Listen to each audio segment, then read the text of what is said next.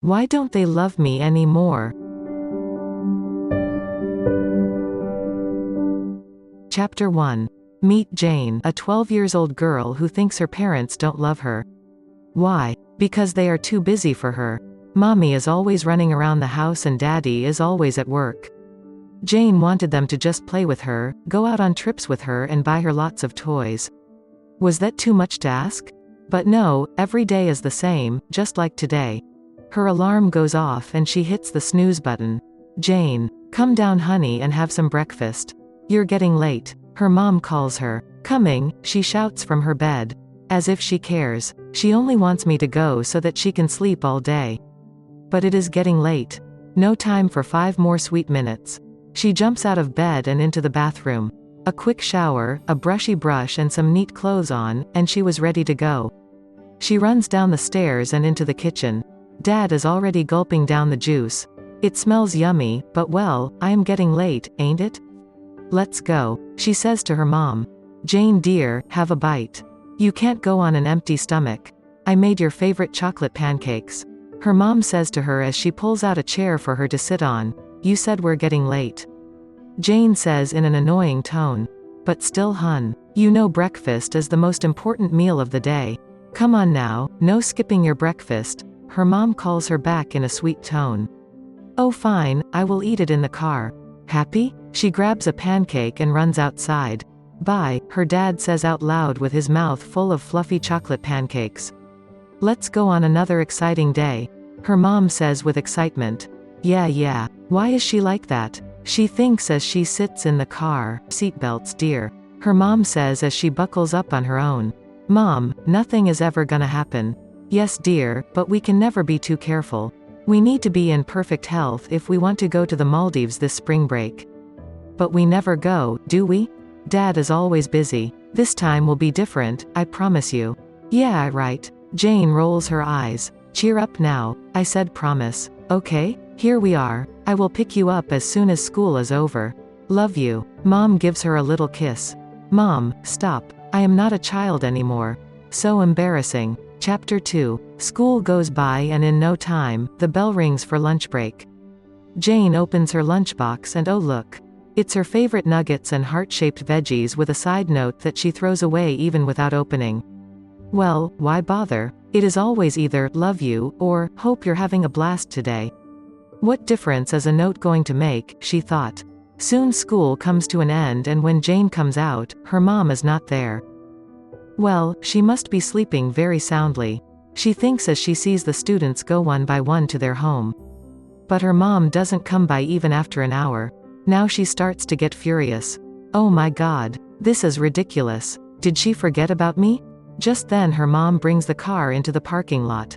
Finally, she opens the door. Where have you been? Oh, hey dad. Where is mom? As she sits and turns towards her dad, she realizes something is wrong, because his dad's tie was loose and his hair all over the place. His dad would never let his hair go all over the place. Jane dear, I have some sad news. Mommy got caught in an accident when she was coming from school and got hurt. Let's go to the hospital where good doctors are treating her. Wait, what? How? Jane feels confused. I don't understand, Dad. She always wears a seatbelt. How is that possible? My dear, she is an excellent driver, but not all people drive as carefully as you mommy. Let's just pray that she is okay. Her dad explains to her with a worried expression. I hope so too. Jane says as they park the car in front of the hospital and go to the information desk. I am looking for Helen James. Her dad asks the nurse at the desk. She checks the computer and tells them to go to bed number 8 in the emergency room. Her father and Jane rushes toward the bed and Jane's heart skips a beat when her mother comes into view.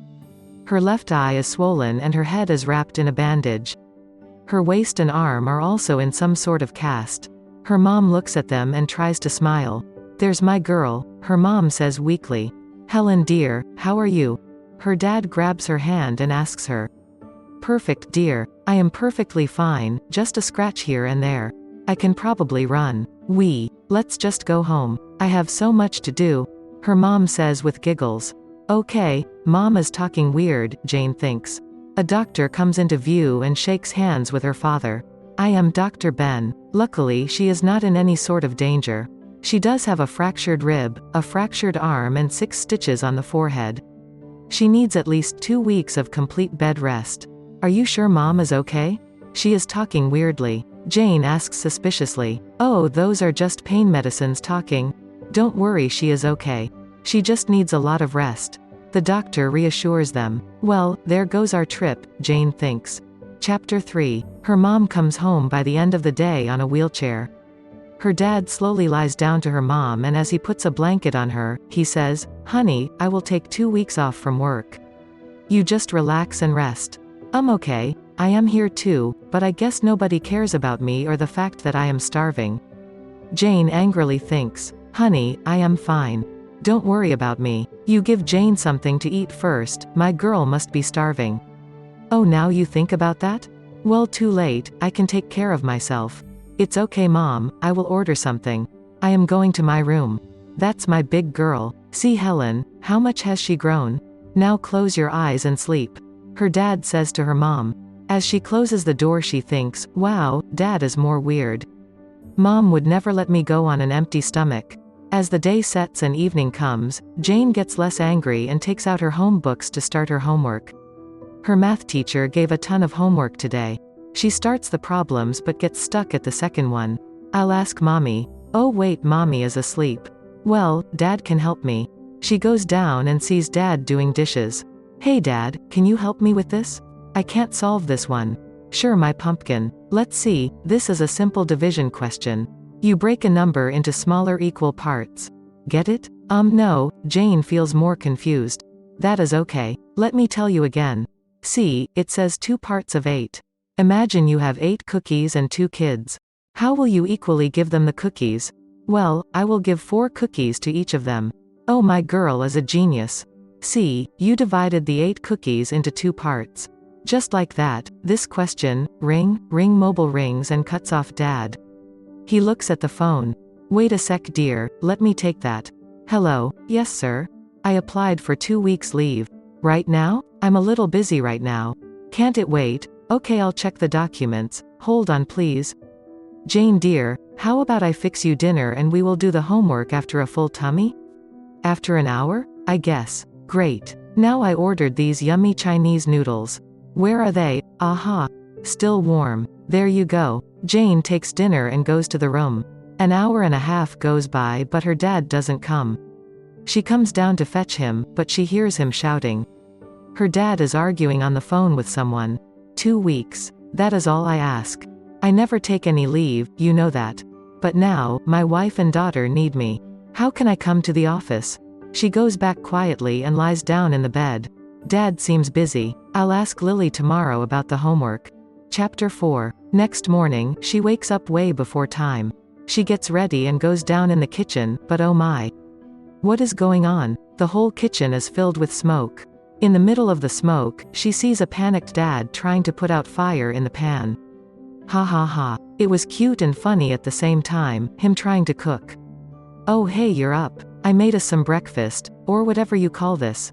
Both of them look at the burnt mess and start to laugh. Never mind, we will pick up something to eat on our way to school. How is Mom? Jane asks as she pours herself a glass of juice.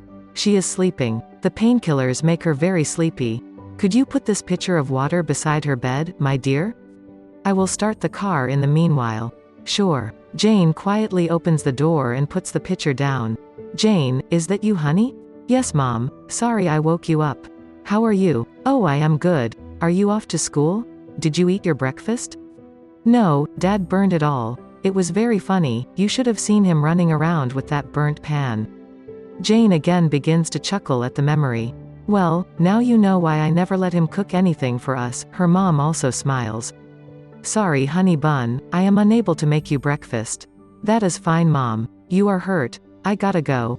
Dad is waiting for me outside. See ya. Love you dear, have a blast. As she sits in the car, she thinks how weird it was that her mom said sorry. It wasn't her fault. Well, you took your sweet time putting that pitcher, didn't you? Her dad asks her in a naughty tone. Yeah, I was talking to Mom. Was she awake? Was she okay? Yup. Good. Now, let's get some breakfast.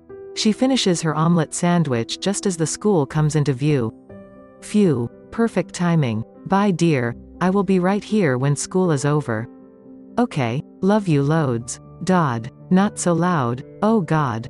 So embarrassing. School goes by in a blink, and at lunchtime, she opens the lunchbox and finds sliced fruits and snacks with burnt French toast. She looks for the note, but there is none. Even though she used to throw it away, now she realizes that they meant something to her. She misses her mom's lunchbox, which would have fruits cut out in different shapes and patterns and definitely a crispy French toast. Well, Dad really tried his best. Not his fault that he is bad at cooking. I will just eat the fruits. Chapter 5. When Jane comes out after school, Dad was there just like he promised. How was your day? Good, though I am starving. That burnt toast wasn't very filling. What is for lunch? I was thinking of making a simple mac and cheese. I mean, that should be fairly easy, no? Oh no, not another burnt meal. Think Jane, think. Well, if you also ruin that, it would harm your reputation of being the perfect chef. How about we don't take any chances and pick something on our way? Our little Jane is clever, you are indeed all grown up. Her dad says with a chuckle. Okay, we will pick up mac and cheese. I won't tarnish my reputation. Just then, the car screen shows an incoming call. Hun, can you press the green button on screen? James, where are you? Why are you not in the office? Whoa, that is some angry guy. Sir, I told you my wife got into an accident and I won't be able to come to the office for 2 weeks. I have officially applied for the vacations. Yeah, right, what about the project you were working on? You do know that it is due in a month, and you slacking away is not gonna help anyone. I am sorry sir, but with due respect I have a valid reason and it would be impossible for me to come. Well, either you submit your daily work or you kiss your job goodbye. The line goes off. Whoa Dad. The people in your office are rude. You are always on your job and they don't even appreciate it. Jane, love, that is how the world is. You do so much for others, yet they turn a blind eye to it. Just quit this job then. You can do better than that. You even work in the home and on holidays. Nobody should speak like that to anyone. Jane feels furious. How can Dad tolerate all of this? Oh no dear, it's fine. Things are just hectic there, that's all. They are not that bad. Now come on, tell me what you want for dessert. But, Dad, no buts dear. These are the matters of grown-ups, my love. I don't want you worrying about these matters. What I do want from you is to be happy, study and just have lots and lots of fun. Can you do that for Daddy? I guess. That is what I am already doing. And you are doing it perfectly, so, ice cream sundae? Yup, sounds good to me. Chapter 6. They go home and eat their lunch with Mommy. Are you feeling better? Her dad asks her in between the bites. Better than yesterday. By the way, whose idea was it to buy lunch and not make it at home? Mine, Mom. Why? Jane asks. I am so proud of you. You saved us a smoky burnt lunch. Jane and her mom laugh. Yeah. Gang up on me. One day I am gonna surprise you with my cooking. Oh James, I have been waiting for that day my whole life. I hope it comes soon. Her mom winks at Jane and a laugh bursts out of her. Well Mom, I gotta go and start my homework. See you later. Jane goes up to complete her homework.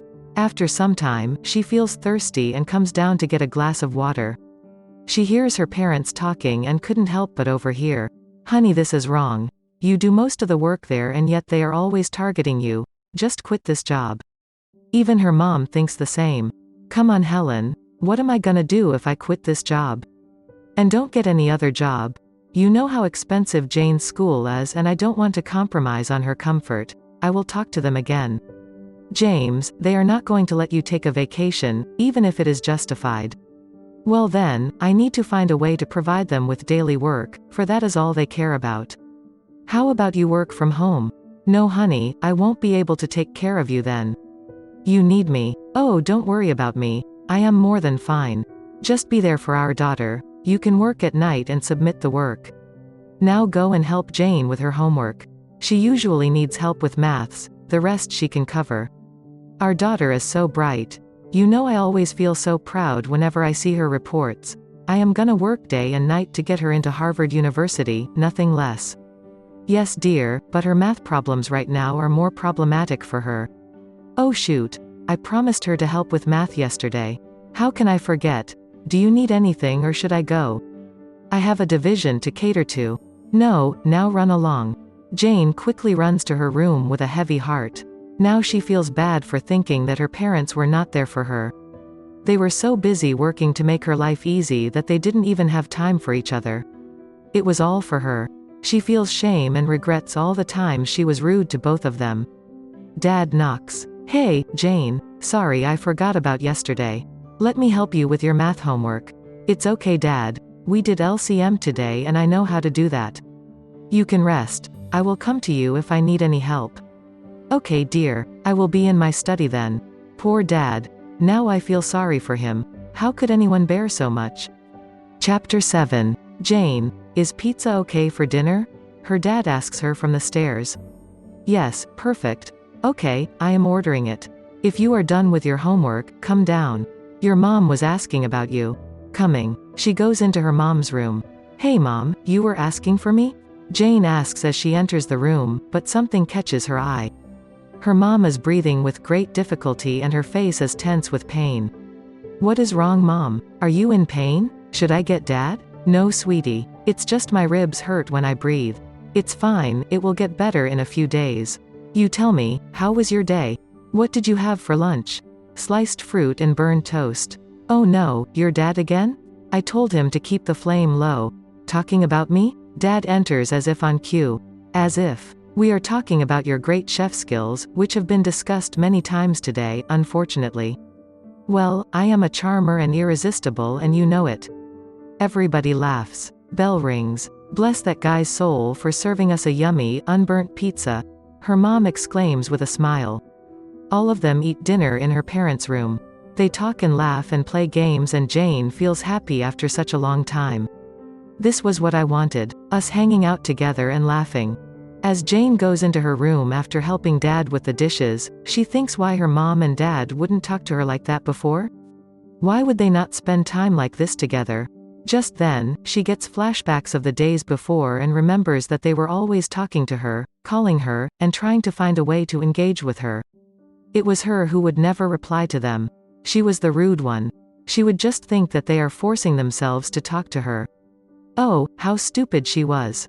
She opens her closet to change into pajamas, but there were no clean ones. Mom would wash her clothes, fold them nicely, and put them in her closet for her. I miss Mom. She starts to see how her mom had been making her life hassle-free for her. How every meal was perfectly cooked.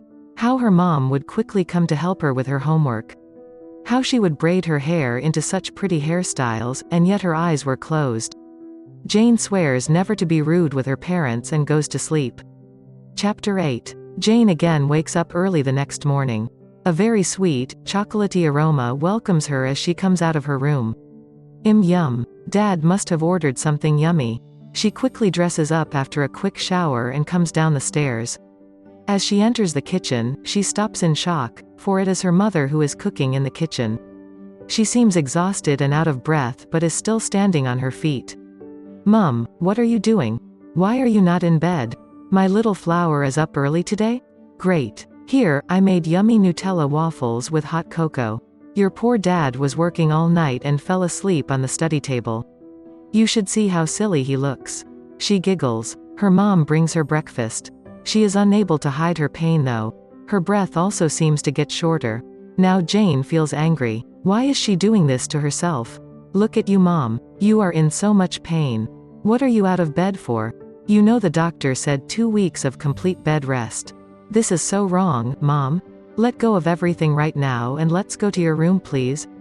Oh, screw those doctors. I can't let my daughter eat another burnt meal now, can I? Besides, it wasn't even that much work, my love. Don't you worry. Now come on, the food's getting cold. Tears swell in Jane's eyes and she runs to hug her mom, who has crashed in the wheelchair due to exhaustion. I am sorry, Mom. I am so sorry. For what, dear? Her mom hugs her back.